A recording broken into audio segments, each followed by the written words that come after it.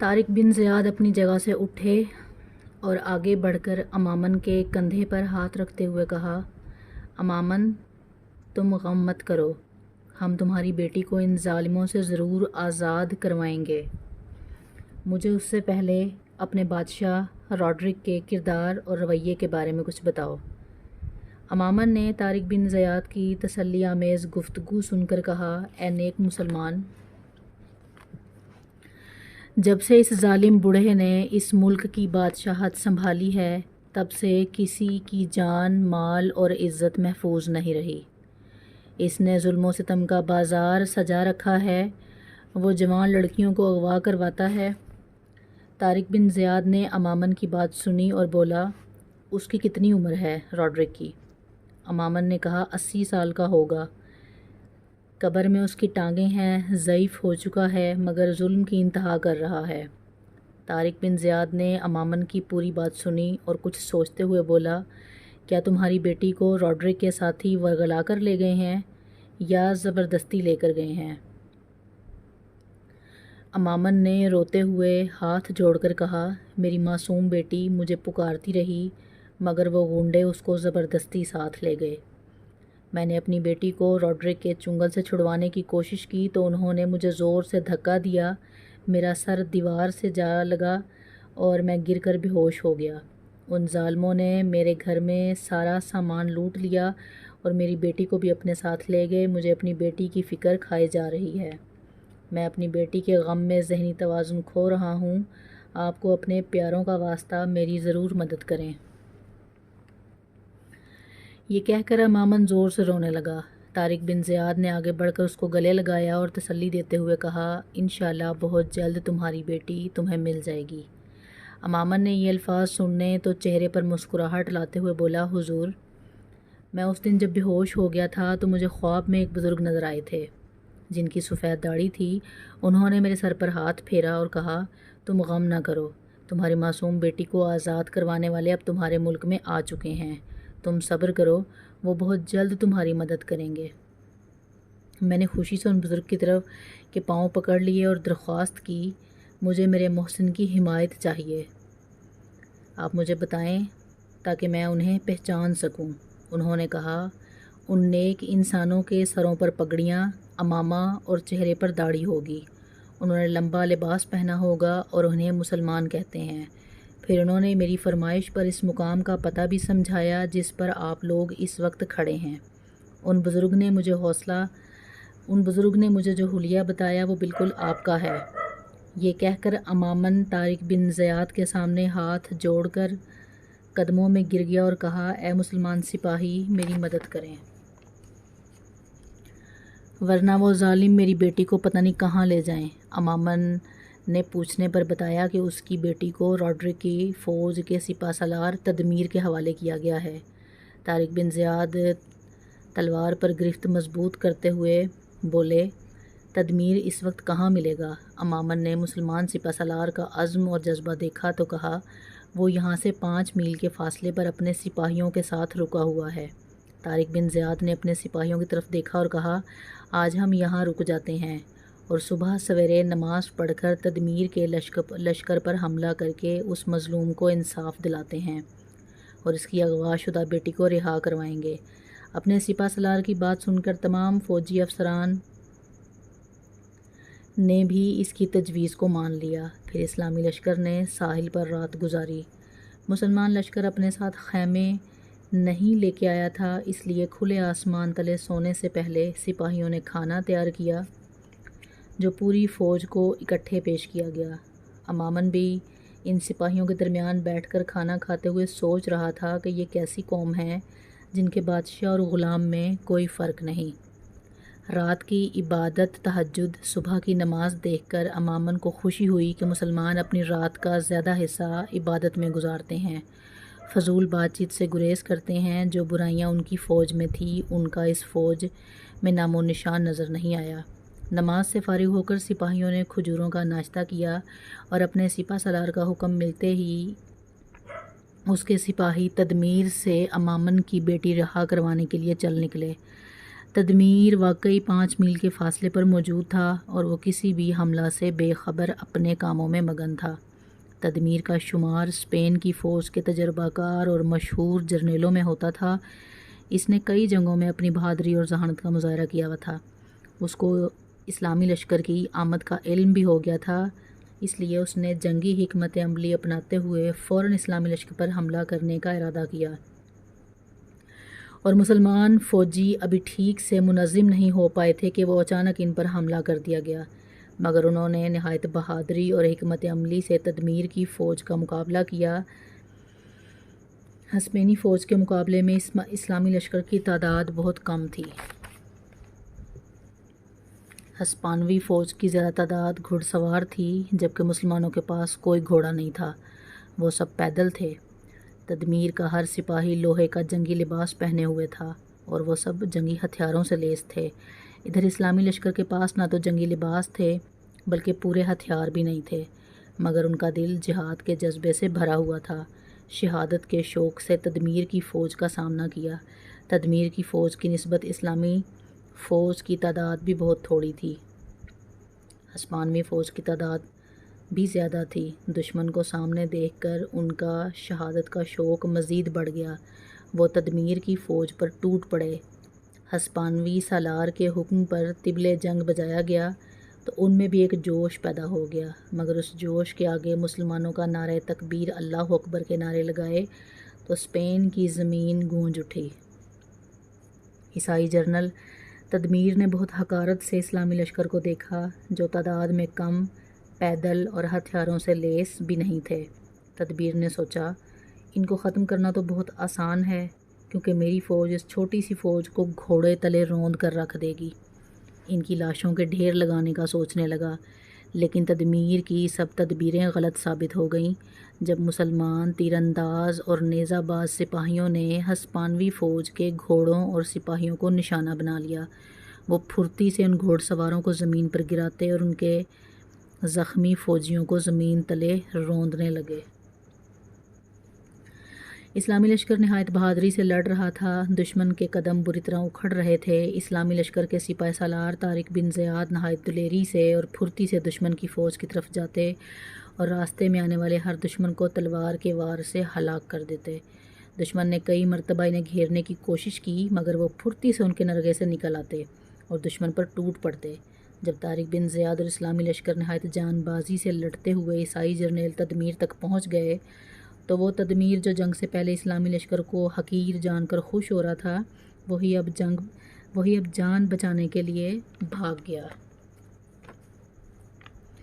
جب ہسپانوی جوانوں نے اپنے جنرل کو بھاگتے ہوئے دیکھا تو انہوں نے بھی میدان چھوڑ دیا اور بھاگ کھڑے ہوئے۔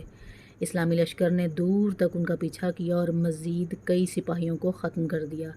اس لڑائی میں 1100 سے زیادہ عیسائی مارے گئے اور صرف 19 مسلمان شہید ہوئے۔ اب عموماً مسلمانوں کا وعدہ، جذبہ اور رات بھر جاگ کر عبادت کرنا دیکھ چکا تھا۔ جب تدمیر کو بری طرح شکست ہو گئی تو وہ ایک مسلمان سپاہی کو لے کر اپنی بیٹی بلقیس کو لے کر ڈھونڈنے چل پڑا۔ اسلامی لشکر سے ذلت آمیز شکست کے بعد سارے سپاہی تنکوں کی طرح بکھر چکے تھے۔ ان کے خالی خیموں میں سے ایک میں بلقیس رسیوں سے جکڑی نظر آئی۔ اسماعیل نے آگے بڑھ کر تیز دھار خنجر سے اس کی رسیاں کاٹی اور اسے آزاد کر کے خیمے سے باہر لے آیا۔ اسی اثناء میں تدمیر ایک خیمے سے نکل کر بلقیس کو اس نے پکڑا، زبردستی گھوڑے پر بٹھایا اور ایک طرف بھاگ گیا۔ تدمیر بلقیس کو لے کر روڈرک کے پاس چلا گیا۔ خود پہنچنے سے پہلے تدمیر نے قاصد کو بادشاہ روڈرک کے پاس ساری صورتحال بتا کر بھیج دیا۔ اسپین میں مسلمانوں کا بہادری سے لڑنا وہاں کے لوگوں کے لیے حیرت انگیز تھا۔ وہ سمجھ نہیں پا رہے تھے یہ کون لوگ ہیں، کہاں سے آئے ہیں، یہاں کیسے پہنچے۔ وہ سب اسلامی لشکر کو پراسرار مخلوق سمجھ رہے تھے۔ ان کو اسلام مذہب کے بارے میں کچھ پتہ نہیں تھا۔ ان کا جذبہ جہاد بھی ان کے لیے نیا تھا۔ بادشاہ روڈرک اور اس کی فوج لفظ شکست کو نہیں جانتے تھے۔ تدمیر کی شکست کا سن کر مکمل غصے میں آ گیا۔ اس نے اسلامی لشکر سے مقابلہ کرنے کے لیے اپنے ملک سے 90,000 سے زیادہ جنگی تجربہ کار سپاہیوں کو اکٹھا کیا اور مختصر سے اسلامی لشکر کے مقابلے میں لے آیا۔ موسیٰ بن نصیر نے اسلامی لشکر کے لیے جو 5,000 جوان روانہ کیے تھے وہ جہاد کے جذبے سے سرشار تو تھے، مگر ان کے پاس مکمل جنگی ہتھیار نہیں تھے۔ اکثر جوانوں کے پاس تلواریں اور ڈھالیں نہیں تھیں، بلکہ اکثر سپاہیوں کے پاس عام لکڑی کی لاٹھیاں تھیں۔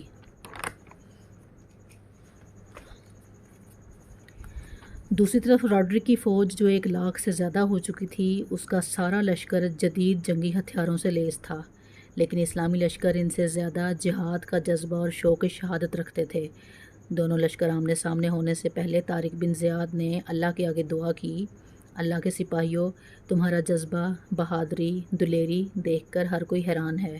میری ایک بات یاد رکھنا، تم سب اپنے وطن سے دور ایک اجنبی زمین پر آئے ہو، خوراک اور جنگی ہتھیار نہ ہونے کے برابر ہیں، مگر یاد رکھو ہم یہاں کے رہنے والوں کو ان کے ظالم بادشاہ کے ظلم سے نجات دلانے آئے ہیں، نہ کہ مال و دولت یا خوراک جمع کرنے کے لیے آئے ہیں۔ ہم نے اللہ اور اس کے نبی صلی اللہ علیہ وسلم کے حکم کو مانتے ہوئے یہ سفر کیا ہے۔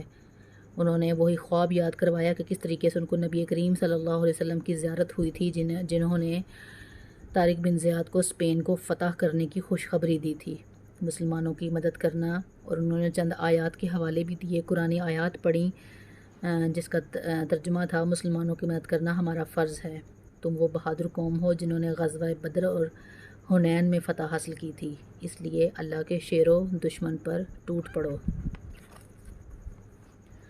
شہید ہونا یا غازی بننا تمہارے مقدر میں لکھ دیا گیا ہے۔ اسلامی لشکر نے اپنے سپہ سالاروں کا جوش و جذبہ کا ایمان افروز خطبہ سنا اور پرزور آواز میں نعرہ تکبیر بلند کیا اور عیسائی لشکر کی طرف بڑھنے لگے۔ اتنے میں دیکھا بادشاہ ایک خوبصورت بگھی پر جس کے اوپر ہیرے اور جواہرات لگے ہوئے تھے اس پر بیٹھا، بڑے غرور سے بیٹھا نظر آیا۔ طارق بن زیاد نے اپنی فوج کو دیکھا کہ کوئی بادشاہ راڈرک کے روب و دبدبے کے نیچے تو نہیں آ گیا۔ اسے یہ دیکھ کر خوشی ہوئی کہ سارا لشکر بادشاہ کو حقارت سے بھری نظروں سے دیکھ رہا تھا۔ اتنے میں عیسائی لشکر اسلامی لشکر پر حملہ آور ہو گیا۔ ان میں گھوڑوں کی لمبی قطار تھی۔ بظاہر ایسا لگتا تھا کہ عیسائی لشکر چند منٹ میں اسلامی لشکر کو کچل کر رکھ دے گا۔ 1,00,000 سے زیادہ عیسائیوں کا مقابلہ کرنے کے لیے صرف 7-8 ہزار مسلمان آٹے میں نمک کے برابر تھے۔ عیسائی لشکر کی صفیں دور تک بچھی ہوئی تھی۔ حساب لگایا جاتا تو 1 اور 10 کا فرق تھا، یعنی 1 مسلمان سپاہی 10 عیسائی سپاہیوں کو مار رہا تھا۔ جنگ کے اعلان سے پہلے طارق بن زیاد نے ایک دفعہ پھر اللہ سے دعا کی اور مدد مانگی۔ سجدے میں سے سر اٹھا کر 3 دفعہ نعرہ تکبیر بلند کیا اور اسلامی لشکر نے بھی اللہ اکبر کہہ کر اپنے جذبے سے آگاہ کیا۔ طارق بن زیاد نے اپنی لشکر کو مزید آگے بڑھنے کا حکم دیا۔ عیسائی لشکر بھی بھاری اسلحہ رکھنے اور انسانوں کی تعداد زیادہ ہونے پر کے غرور میں حملہ آور ہوا۔ دونوں طرف سے بھرپور طریقے سے جنگ جاری تھی، دونوں جانب سے حملے ہو رہے تھے۔ ان حملوں کا مقابلہ کیا جا رہا تھا۔ ایک مسلمان فوجی کے وار سے 6-7 عیسائی فوجی مارے جاتے۔ ایسا لگتا تھا کہ اللہ نے مدد فرما کر فرشتے بھیج دیے ہوں جو مسلمان سپاہیوں کا مکمل ساتھ دے رہے تھے۔ شام تک میدان جنگ کا نقشہ بدل چکا تھا۔ غزوہ بدر کی طرح اس جنگ میں بھی مسلمانوں نے فرشتوں کا ساتھ ملنے سے کفار کو بری طرح شکست دے دی تھی۔ اللہ تعالیٰ کا شیر بزدل کافروں کو عبرتناک شکست دے چکا تھا۔ ظالم بادشاہ راڈرک میدان جنگ سے بھاگ گیا۔ طارق بن زیاد کو ایک بڑی فتح نصیب ہو گئی تھی۔ طارق بن زیاد ظالم راڈرک سے مظلوم لڑکیوں کو آزاد کروا دیا اور اسے اس دوران راڈرک کا جمع کیا بہت بھاری مقدار میں خزانہ بھی ملا۔ راڈرک کو شکست دینے کے بعد مسلمانوں نے پورے افریقہ اور یورپ میں دھوم مچا دی، جبکہ عیسائیوں کے حوصلے ختم ہو گئے۔ وہ کسی بھی میدان میں اسلامی لشکر کا ڈٹ کر مقابلہ نہ کر سکے۔ پھر وہ دن بھی آ گیا جب طارق بن زیاد کو ملنے والی بشارت حقیقت میں بدل گئی اور پورا اسپین یعنی اندلس مسلمانوں کے قدموں تلے تھا۔ طارق بن زیاد اپنے جانثاروں کے ساتھ نہ صرف اسپین فتح کیا اس نے بلکہ ان دو لڑکیوں کے ساتھ سینکڑوں لڑکیوں کو آزاد کروا کر ان کی دعائیں بھی لیں۔ اسپین پر قبضہ کرنے کے بعد مسلمانوں نے تمام غریب کسانوں کو ان کی قبضہ شدہ زمینوں کو چھڑوا کر اصل میں ان کی اپنی زمینوں کا مالک بنا دیا۔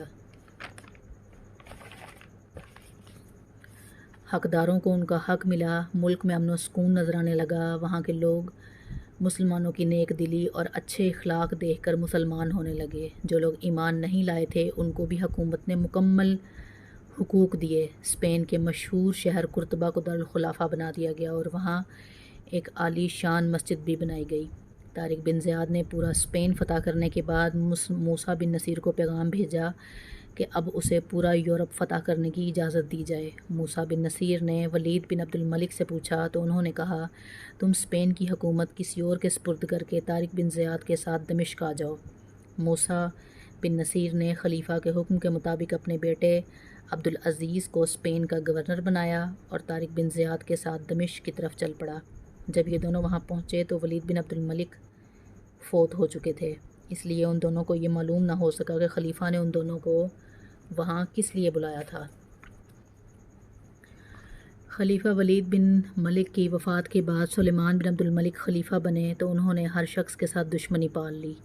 موسیٰ بن نصیر اور طارق بن زیاد بھی خلیفہ کے انتقام کا شکار ہو گئے۔